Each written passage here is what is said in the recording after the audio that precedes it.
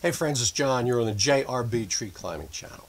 If you would have told me that I was going to be showing you an original knot that's a variation of the bowline, I wouldn't have believed you. But it turns out, necessity being the mother of invention, I do have something to show you. First and foremost, if you are aware that anything I show you here today has been introduced by anyone else in the past, please let me know, and I'll simply take this video down and I'll replace it. We'll tie the same knot and we'll give credit to the original author. But until that time, we're just going to call this the JRB bowline. I tried a million names and I'm not sure any of them actually work. So how did we get here? A little while ago, I showed you this device. This is a bowline on the bite, and I showed you how to tie it and how we can use it for a canopy anchor application. Specifically one like the one here I have on the left, where a friction hitch goes up and over a tree crotch. It's being pulled down by a piece of paracord, and on the way down, we're able to pass it through a loop, and we're able to get that loop to stand in a horizontal plane. And we're able to get that through.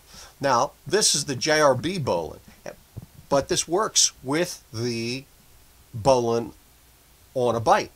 But it turns out that that knot is quite unstable on stiff ropes.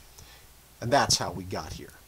Here is the bowline on the bite, and this is tied with 7.1 millimeter Edelrid skimmer rope. I love this rope, but it is on the stiff side. And so I've tied a bowline on the bite, and look, I've tightened it as much as I can, as reasonably possible, but look how unstable it is. I'll zoom in for this. All I have to do is just wiggle this. Look, I can just push it apart. It's unstable. And because it's unstable, when I try to get it to stand up, it kind of falls apart. I mean, it just will not work. But the JRB bowline here is tied with the very same rope, and I can tighten this. I can tighten it, and I can reliably get it to stand up.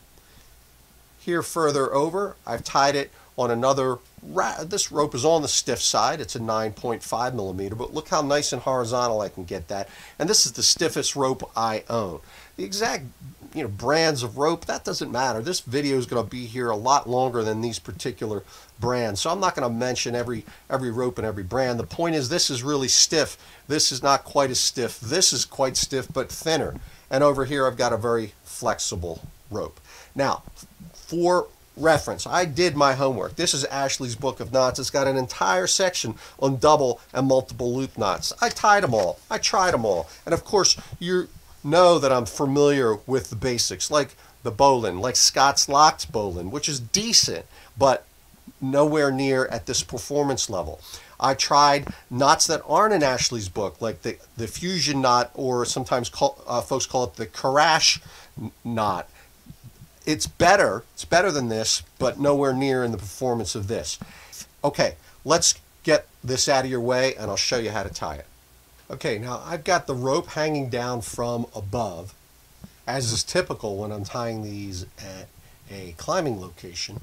And so that represents the standing part coming down, and here's the end of the rope. Now this can be tied in the bite, and so it doesn't matter if there's anything on the end of this rope, and it doesn't matter if there's a mile of rope hanging off of this, because it could be tied in the bite. So I'll start, because I'm right-handed, I'll start with the working end on the right side. I'll put my left thumb pinching those firmly together, and here below I'll put my right thumb about 6 inches below, and I'm going to make an overhand loop to the right. Right here I'm going to make an overhand loop, and my thumbs will change position so that my thumbs are now facing one another. I'll put my right hand under the left and pinch these together. Okay, now it's important to avoid unnecessary gymnastics later when we're dressing it, to take this bottom strand and put it on top. We could fix that later, but I prefer to get it in that state. I just get this big enough.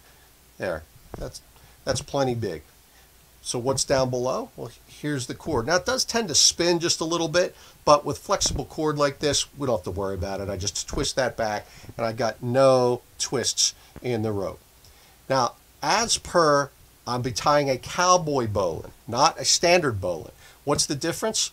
Well, let's watch how this goes in. The rabbit's going to come up out of the hole. How does the rabbit do so?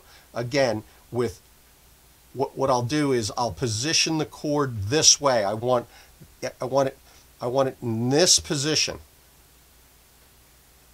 not this position. I want it in this position.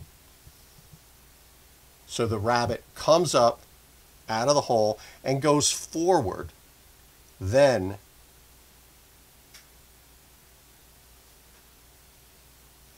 around the tree this way.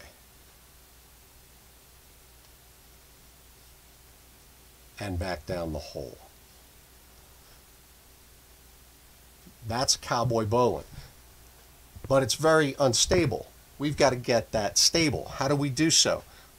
I pass both strands, both loop strands through that bite. That's it. And now I simply have to set it. You'll notice at this stage that these two loops aren't overlapping. And the first thing I do is I pull on the load strand a bit. And the reason why is because these two loops here, I want the load strand to be on top. And they can get juxtaposed. So let's give that a pull. And you can see it is the upper strand that's tightening. Give that a tug, then give the other one a tug and make sure that's the bottom strand tightening.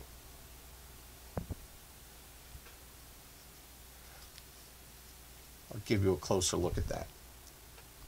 When I pull on the load strand from above, the upper strand tightens, and when I pull on the slack end, the lower one tightens.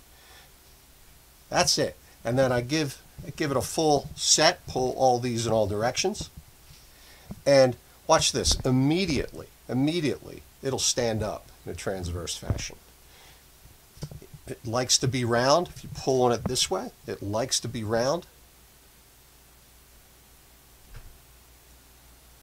Okay, so let's get in tight for a little inspection.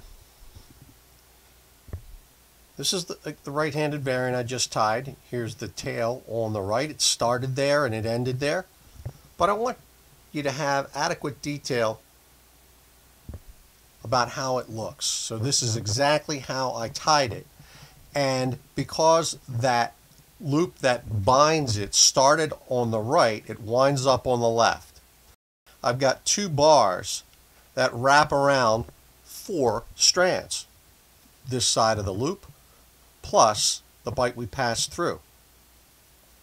If I flip around to the back, I kind of get this really nice geometry here where there's that final bar. But here I've got this kind of stack of 2 over 2 over 2. So from the top, I've got 2 bars, over 2 bars, over 2 bars. So that's pretty easy to look for to make sure that you tied it properly.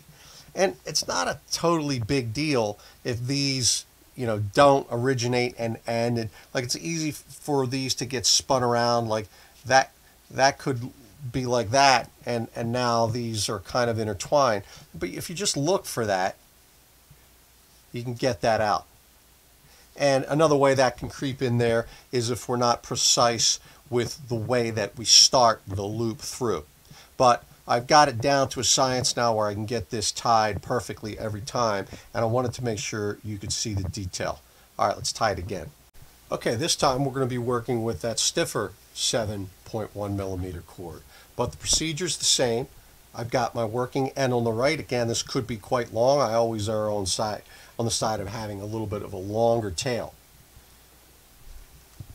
Now, on this one, you'll notice that as soon as I get started, the stiff rope basically starts to fight me. And so I can preemptively take care of that. What I can do is I can take this working end and I can spin it so that, see what happens? If I spin it this way, so it's toward me, I can get this loop, and this is just a detail, but you can get it in this state.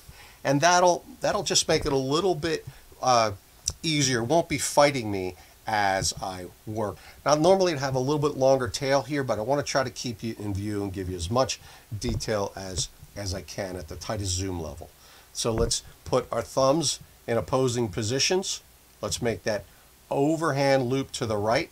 Let's pinch these together and pop the bottom one over the top.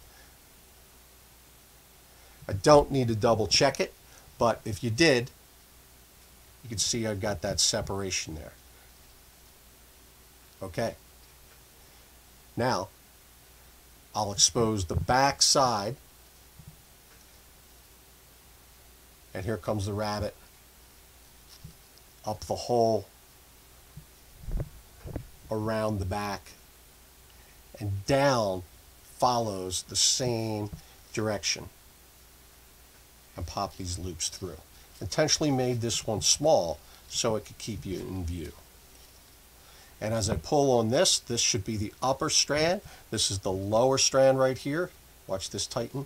Good. You can always, invert those if they're in the wrong position. Pull on all 4 strands, going into the loop. And watch, immediately, this will stand up. And look, it stands up past, with this stiff rope, it stands up past horizontal. It's amazing. It's amazing. Okay, now I'm going to tie it left-handed. If there's a true test of tying a knot, it's that you can tie it left-handed. In order to keep this arm out of your way, I'll be using a clamp to hold that loop. Let's see if I can't do this left-handed. This is a little clumsy for me, but it starts, everything is simply the mirror image. So I would have my right hand up top. For you southpaws, you'd want to work with your left hand, and we would start by making this loop upward like that, and then move this over the top. Okay. But because I don't want to block your view, I'm gonna temporarily just put a little clamp there so that you can see what's going on. Normally, that would just be my fingers. So I position this towards me, the loop's towards me, and the rabbit is working on this direction now from the left side. Comes up, goes through the hole, goes forward, around both strands, and then back down through the same hole. And at that juncture, the entire loop is passed through. Let's remove that. That's the sequence. So here it is in this very, very loose state. Just give it a little tug. And as I'm pulling on this, see these 2 strands here, they want to hop over one another. And we just got to monitor that to make sure that the load strand is on top. There it is. It is on top. It's tightening. And just get those in the right order. Now, if they were twisted, it wouldn't be the end of the world. It's still a strong knot, but I just like having everything properly dressed. And if I did it right, pull on everything. These 2 loops are the same size, and they don't overlap. This one comes out of the right and out of the left, and you can see the same on the other side.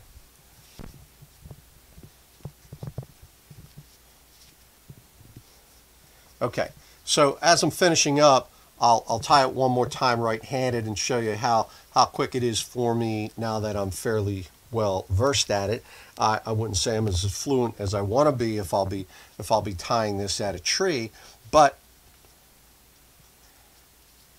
I'm ready to go. I'm ready to go for this to be a canopy anchor that I can either configure at the tree or on an SRT system that's ready to go at all times.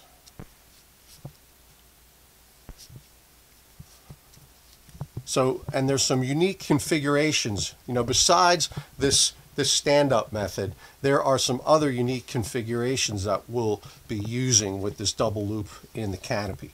So there you have it. I'll follow up if necessary with a follow-up video or a detailed knot tying video, or maybe a retraction if somebody has tied this before. By the way, I couldn't call this a cowboy bowline on the bite. Why?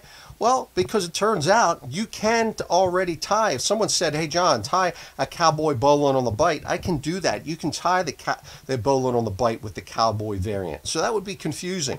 And if you told me, well John, why didn't you call it the double cowboy bowline? Well, you could actually tie a just like a double bowline starts with 2 loops, you could have started with 2 loops and folks would assume that's a double cowboy bowline. So I was really challenged with what to call this, and if you've got a better name, like I was thinking about the Boss Cowboy Bowline. If you've got a better name for it, well, go for it. Maybe we'll take your suggestion. But for now, you're going to see me using this, and so that's my name. I'll probably send this in to the International Guild of Knot Tiers and see what they have to say. And until such time, we're just going to call it the JRB Bowline. Thank you.